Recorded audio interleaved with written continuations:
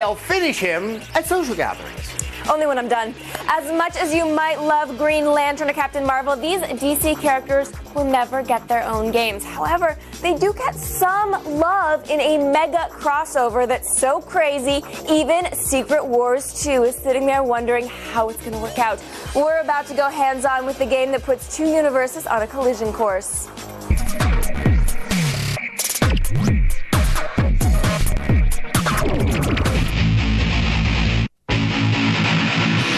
Mortal Kombat vs. DC Universe brings two worlds together for the deadliest tournament this side of Outworld. This epic crossover features new combat mechanics, dynamic environments, online gameplay, and the use of the Unreal Engine 3.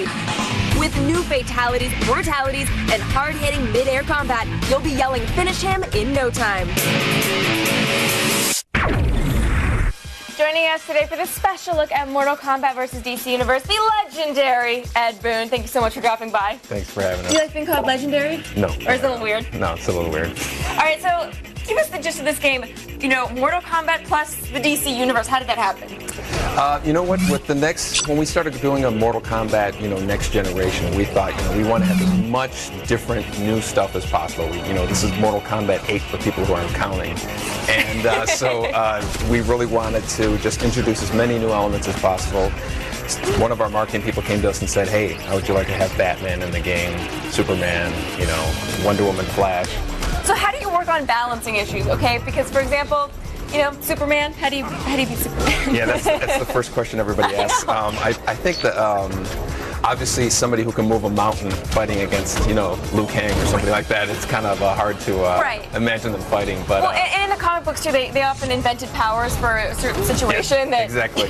A lot of people don't really realize that Superman, one of his weaknesses is kryptonite, his other one is magic. Mortal Kombat, the whole universe of Mortal Kombat is surrounded by sorcery, magic, all these kind of crazy spells, and so that kind of evens Superman back up. It's one of his weaknesses, and that the story mode explains it thoroughly. When you go through the story, you get an idea of why he's that. Now, there are still fatalities in the game. Yes. But not exclusively.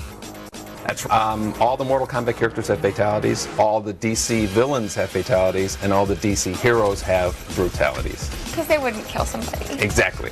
So if you notice after they do the finishing move, the person's still kind of moving on the ground because they're not quite dead. So we'll describe maybe Superman's brutality and how this is it just sort of, it's less violent than a fatality? It's intense. It certainly is intense. Superman has two brutalities. One, he pounds the opponent into the ground, and then you see them kind of, squirming as their head's sticking out of the ground. And another one is he freezes the opponent, flies up in the air with them, and then you see their frozen body shatter on the ground, and then he lands on top. It's actually pretty brutal. I know, that sounds pretty brutal. So it definitely has the feel of Mortal Kombat, but, again, Superman doesn't kill, Batman doesn't kill, the Flash doesn't kill. So. And we're going to recognize all of the Mortal Kombat characters that we love. Are they all going to be there? The big ones, yeah. It is like from the Mortal Kombat side, you can almost think of it as Mortal Kombat greatest hits. Liu Kang, Baraka, Sub-Zero, Scorpion, all the kind of the classic ones from Mortal Kombat 1 and 2.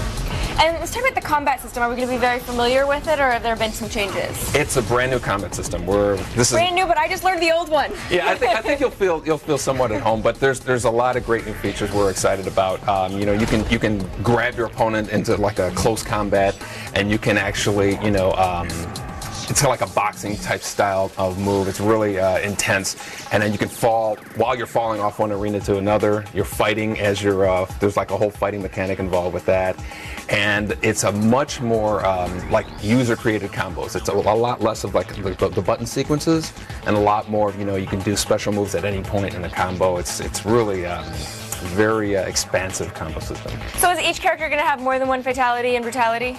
Yes, every character has two fatalities or two brutalities. And then how is using the Unreal Engine changed the game? It's helped us with our presentation. It's really there's like a very photorealistic look that we weren't able to get before. Our arenas are huge. I mean, the Batcave is like this 3-layered arena with 3 fighting areas, and there's a lot of destruction that we can do with it. So it's a lot more things that we couldn't do before. We're able to really expand on this time. Oh, so this game is, of course, all about playing against each other.